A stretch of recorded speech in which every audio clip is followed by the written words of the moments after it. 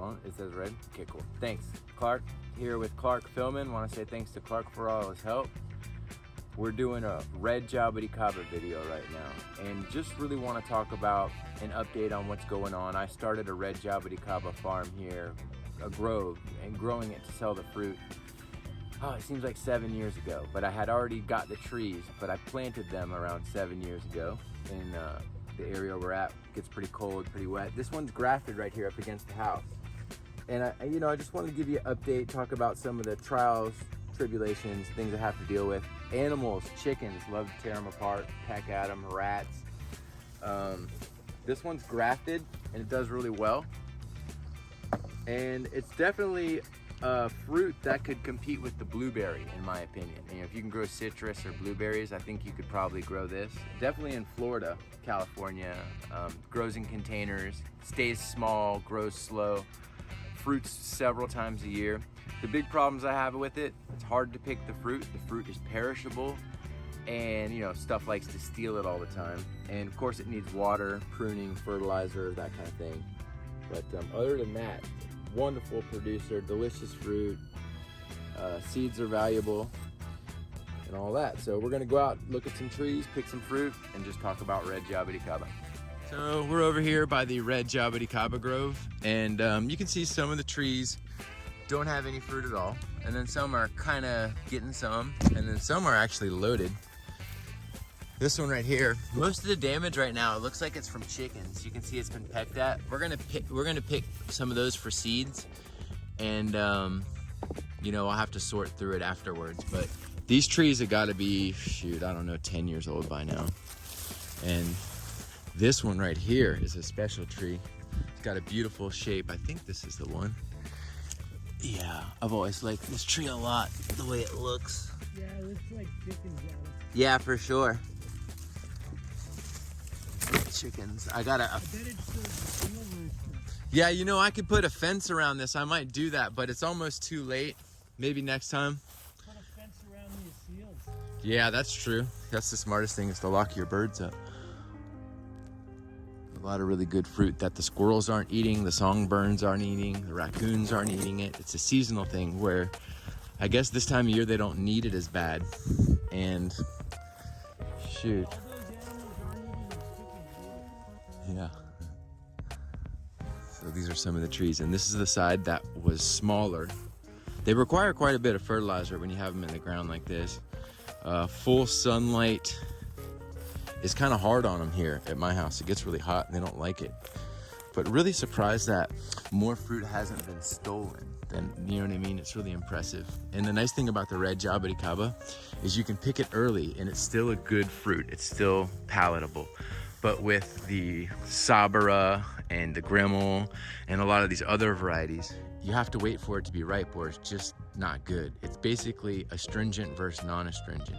They should be classifying the planias, the jaboticabas, and likewise fruits or whatever, similar fruits, by astringent and non-astringent.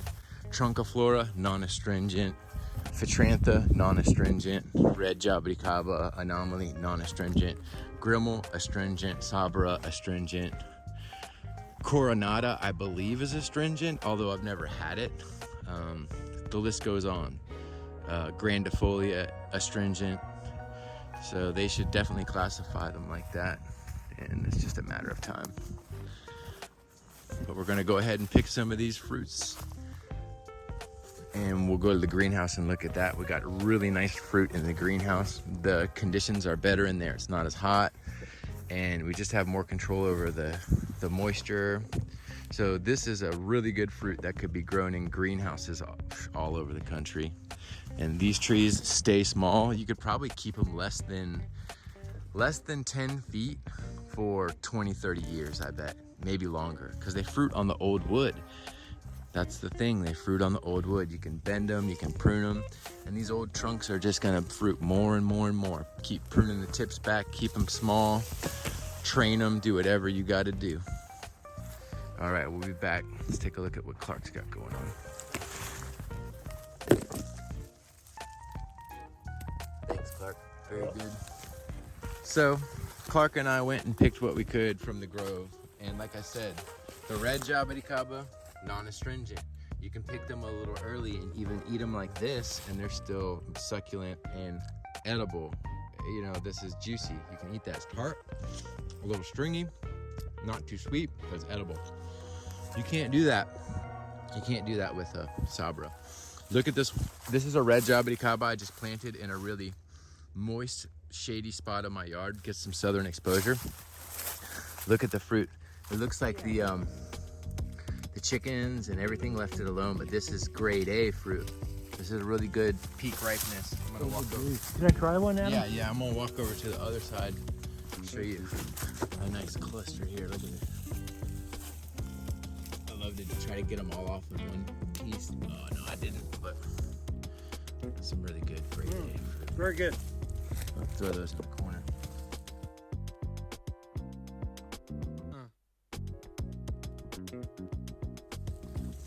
We'll go ahead and pick off some of these. They could have been left on the tree a little longer, but they're still really good ripeness. I mean, the animals eat them like this.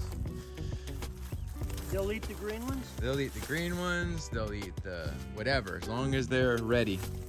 Rats, squirrels, but they must be eating something else this time of year. You know what I mean? Yeah. They're not worried about eating fruit, or they're not expecting it. It's a seasonal thing where the birds tear it up and the squirrels, but right now they're worried about something else. Nuts and seeds or something. Here's another red Jaboticaba here. This is like 20 of them I let tangle up all together. I don't know if you can see. But some of them stayed really small. And then like 3 kind of took over. And I twisted them up, and you can see the twist. See that?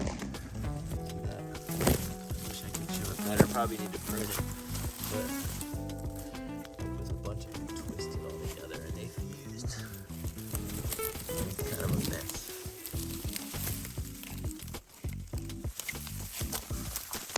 Anyway, it does really well. Handles the cold pretty well too. I think that's a way to make them pretty strong. That's always been a really nice pack of trees, maybe 20 of them all together. All right, to the greenhouse we go. Here we are in the greenhouse, and this is a much more suitable conditions, suitable growing area for the red Jaboticaba. First off, the chickens aren't getting it, and second off, it's in about 50% shade, which they do appreciate if you're gonna have temps going into the hundreds. The water table used to be pretty high, and it's changed to where the water table is not as high. I could let some of these fruits sit on the tree a little longer, but I'm not going to because something's just gonna steal them. Raccoon, rats. But this is a very good crop that hasn't been stolen. Can freeze dry it, sell it fresh. I'll probably have some on the website to ship fresh, but I just wanted to show these trees really quick. Show how wonderful they are, how small they are. These are probably close to 20-year-old trees. And sometimes they just look really bad.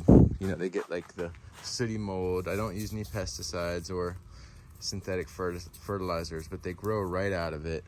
Really strong, well-behaved trees that, you know, you can grow them. If you can grow citrus or blueberries, I think you could probably grow these. Red Jaboticaba. We're gonna get into picking these and kind of end the video. Alrighty.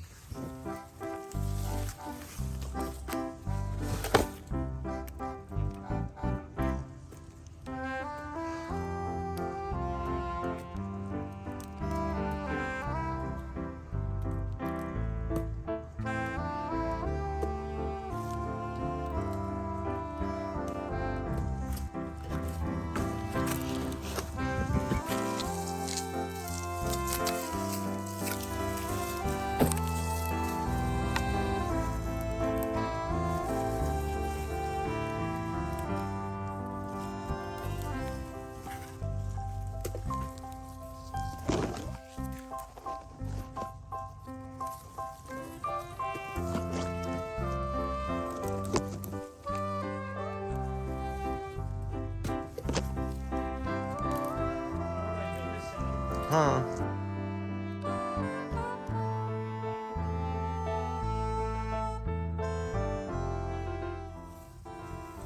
Very laborious to pick, and when you go to pick it, you want to be sure not to tear the skin, twisting and pulling gently. Let me show you how not to pick them. Well, trying to get one to rip. When you get the end of it to rip, it's bad. They don't last as long. Breaking off fruits that are green, that's another problem that happens. There we go.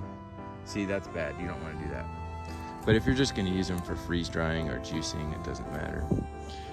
Just wanted to kind of talk to you about that. The proper way to pick it is almost like a twisting kind of deal. Or if you had maybe a knife, yeah, rip that one.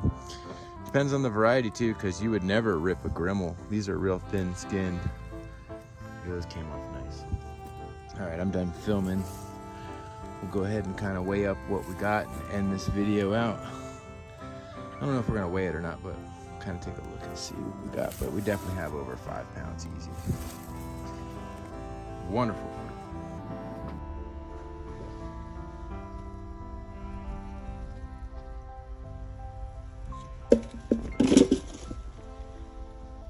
Here. This is what we're able to pull out. It feels like, oh, definitely more than 5 pounds there. And then Clark's got that in his jar. All right, we're gonna go in and weigh this up. Look at, and then look at the yellow JABOTICABA. It just had a freaking amazing bloom. That happened overnight. It did, and now you see kind of left over what the flowers look like once they've kind of come. Very cool. Things covered. I love the way they smell. Well, probably, I don't know if they smell anymore. It's probably past its prime. It's like a sweet melon. Okay.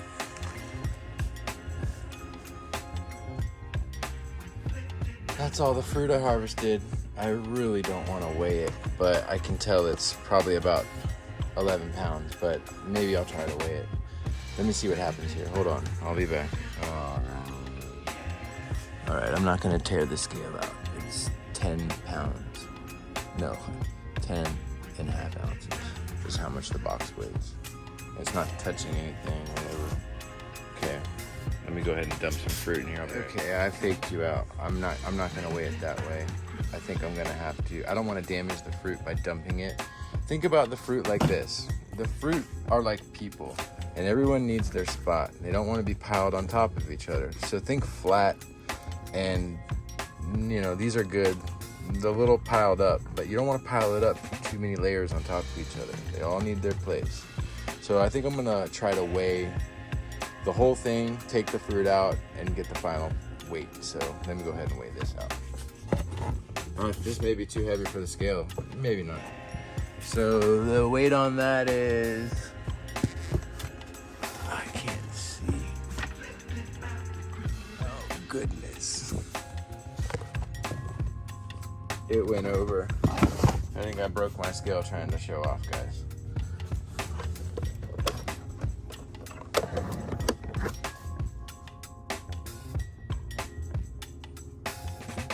Right, we'll figure this out. It weighs, we're not gonna weigh it. It's probably more than 10 pounds. Isn't that cool? Thanks for watching. Red JABOTICABA is wonderful crop to grow. Wine, jam, juice, freeze-dried,